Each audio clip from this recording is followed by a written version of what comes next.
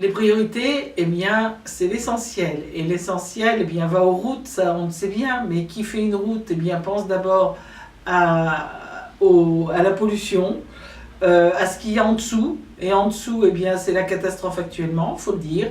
Il faut savoir qu'on doit travailler sur nos assainissements, que l'assainissement, c'est ce qui coûte très cher.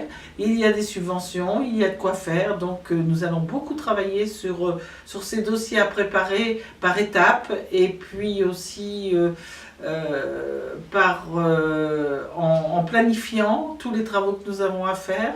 Donc ça va aller du tuyau à réparer jusqu'à une construction complète sous des maisons qui en ont beaucoup besoin parce qu'on ne sait plus où sont les eaux usées, les eaux pluviales, etc.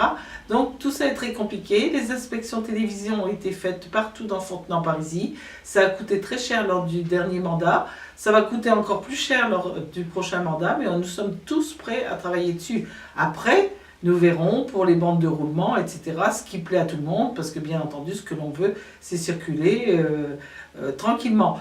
Je dis bien tranquillement parce que nous allons avoir d'autres priorités, d'autres sujets essentiels. Ce seront la nouvelle vie que l'on mène dans un village, c'est-à-dire tout ce qui a rapport avec l'écologie.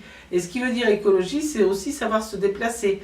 Les déplacements, transports en commun, etc., on sait qu'avec l'actualité, c'est quand même très difficile d'arriver à tout réaliser.